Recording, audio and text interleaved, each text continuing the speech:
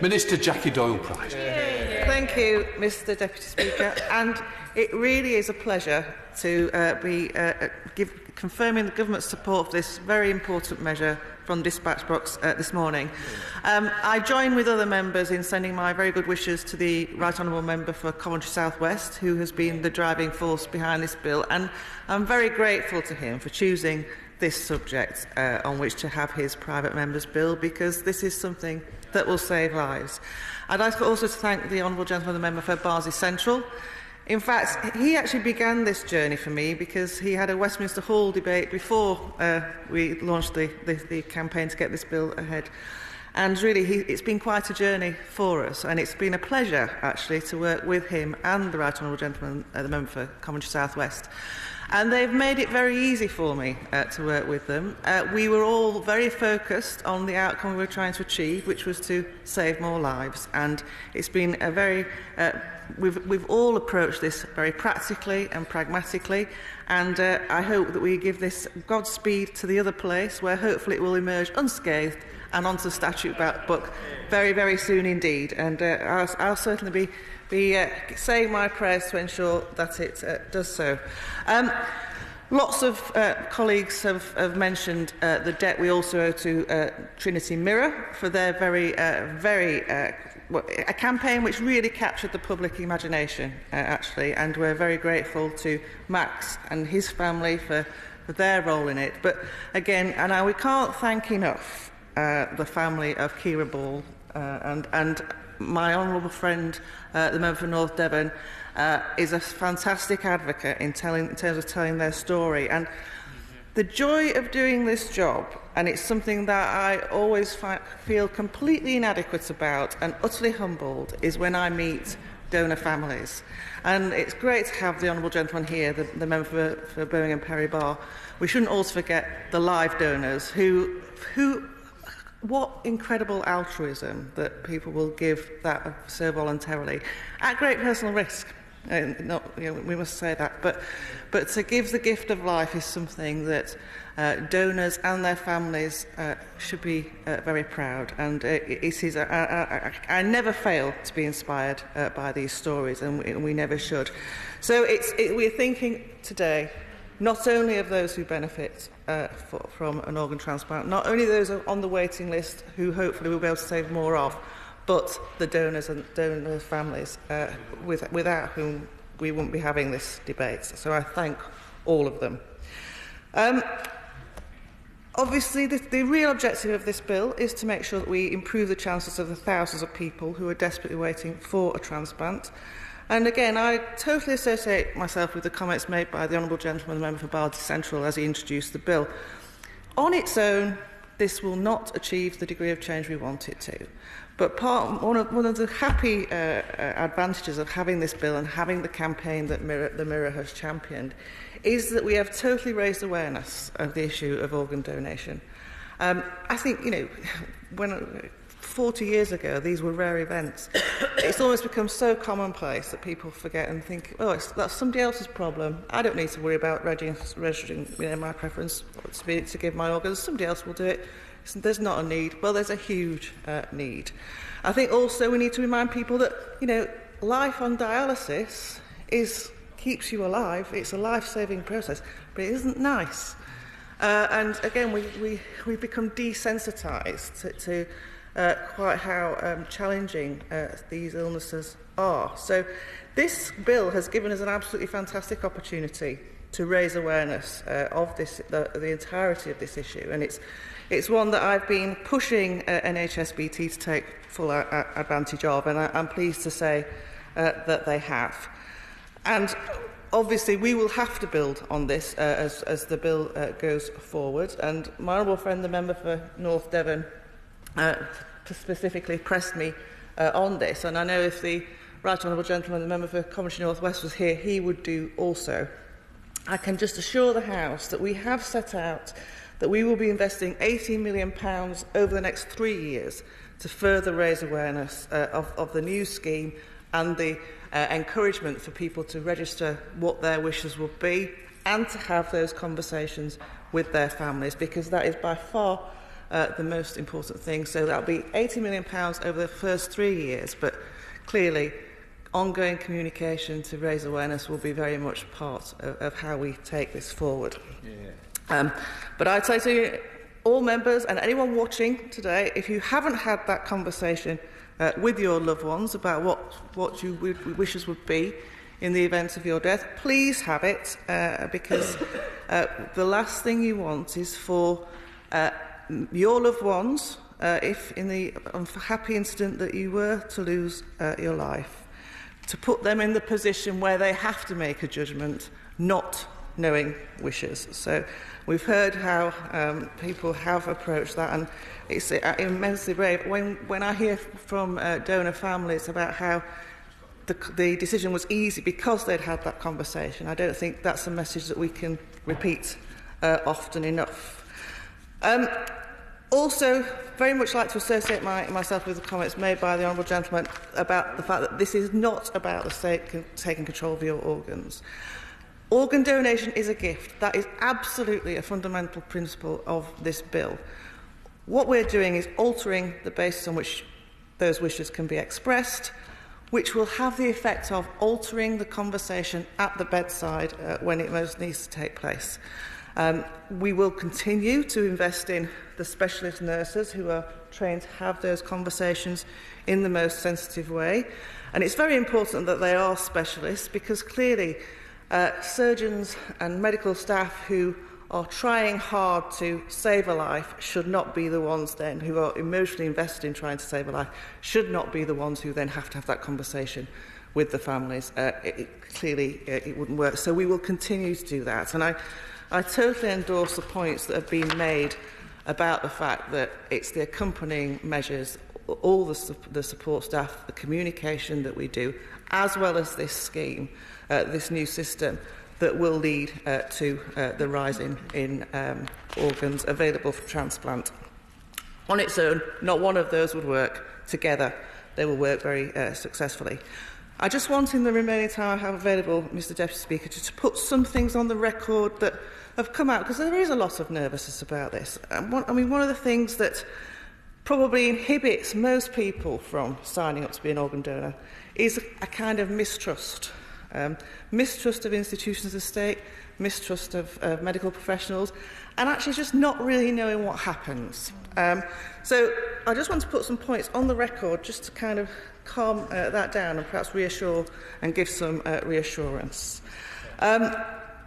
We've talked quite a lot about the need for more donors from the Black and Asian communities. That's necessary because they are more likely to suffer from conditions which would require a transplant. And obviously we know that the most successful transplants are those where there's a strong genetic match, so therefore we need more donors. You know, we are aware that people this is, in some communities this is very taboo. Some people believe that they have faith reasons for not supporting transplantation. And we have been working with various faith leaders to develop messages and materials to actually reassure people that this is consistent with their beliefs. And I'm very grateful to my honourable friend, Member for Torbay, who's raised the fact that now the British Board of Deputies of Jews are now supportive of this bill, and we've had similar conversations with representatives of the Hindu faith, the Sikh faith, and with the Muslim faith too, and also, of course, with Christian churches as well. We need to continue to have this dialogue. I think what's clear is that people will respond to messages from people that they trust and respect, so it's very important we continue to engage faith communities in this. And it's not something that can just be done at once. We need to just keep chipping away and give these messages. And I hope people are able to use the toolkits that I've circulated today.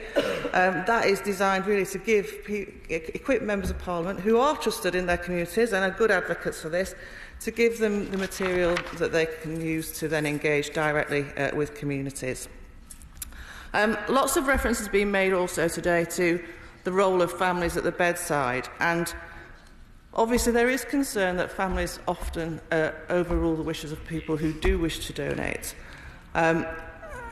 We also do need to protect the ability of the family to have that final consent. It's very easy for us to imagine circumstances where we'd want our wishes to be respected, but in that life, that matter of life and death, we don't know the circumstances, and it's very important that families would have that final consent, and I just want to emphasise that that will remain the case. But again, I can't emphasise enough that having had that conversation with your loved ones, then your wishes are less likely to be overruled. I'd also like to just address the points made about the role of the Human Tissue Authority in this, and remind the House that guidance on the current system of consent is detailed in a series of codes which are owned by the Human Tissue Authority, and we will be updating these codes, and obviously there'll be a full opportunity for people to make representations, but the idea is that we have a complete up-to-date document which will inform how that's approached in England. That guidance will cover how consent can be expressed, how people can register their wish to opt out, the role of the organ donor register going forward, and how specialist nurses will also be taking their interaction with families forward. It will also give the opportunity for people to record their faith if they wish that to be an issue of consideration at that time. It's also worth noting that as we develop technological solutions to addressing things within the NHS, people will be able to amend their views on donation quite regularly by direct interface with an app. So, people can change minds. Perhaps one day they might decide they are happy to give their corneas and not another. People will be able to make that selection and also make any things that they would wish to be considered clear as well. In terms of timing, hopefully this bill will receive royal assent by March of next year, in which case the Human Tissue Authority is all set to go to produce a first draft of the code by May. And that will then be followed by a 12-week consultation on the draft guidance with stakeholders, including faith groups. So there'll be, again, another opportunity for us to properly address any concerns at that time. And we expect to lay that before Parliament in September of next year. So, as I can assure the House, we intend to make use of this bill very speedily once it has received royal assent.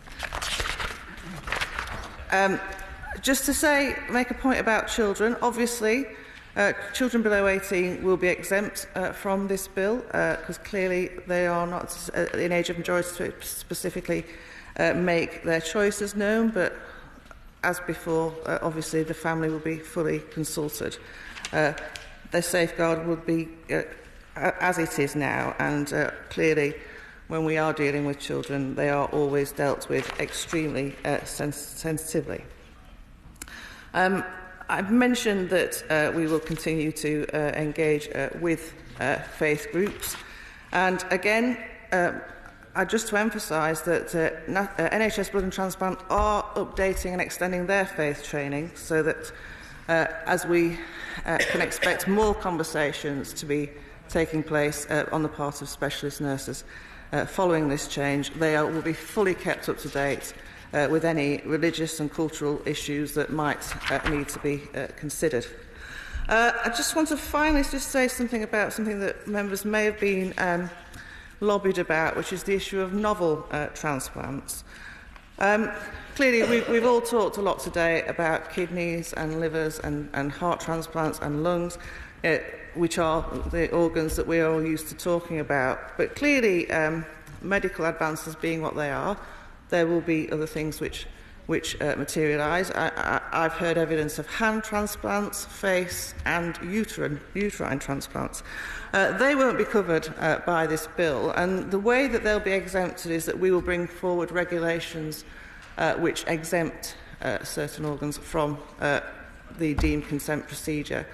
And we've brought it that way literally because we want to keep this, this bill needs to be able to have a life and be able to respond to medical advances. So it is better to have regulations that enable us to exclude rather than a list of organs covered, because then it's easier to keep this law in date.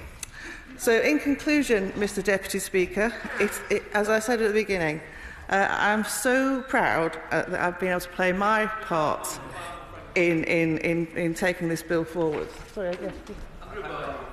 Just to ask, does she know if the proposals that she's just set out, protecting parts of the body like hands and everything else that she just mentioned, will that be marrying up with legislation that's going through the devolved legislators right now, so that we will have a similar code of practice across the entire United Kingdom? I'm actually thanking for that intervention. Just as this bill has progressed with goodwill from all sides of this House, it has progressed with goodwill from all nations, and we've all been sharing our experience to make sure that we get this right. So I'm sure that will be taking place in a consistent way. So just to conclude, as I say, I'm very proud of the role I've been able to play in this. I'm very so grateful to the goodwill from all sides of the House in taking this forward. It really has been a fantastic piece of cross-party working, to be frank. It's made it quick and speedy as a consequence, and we've all been focused on what we're trying to achieve here, which is to save more lives. I'm very confident that Max and Kira's law will have a very positive impact on how we treat people with organ failure, and it will also kickstart a cultural change into how we address these issues. In fact, it already has. People are talking about this much more. We are seeing increased rates of joining the organ donor register, and I hope the House will give this a very wholehearted endorsement.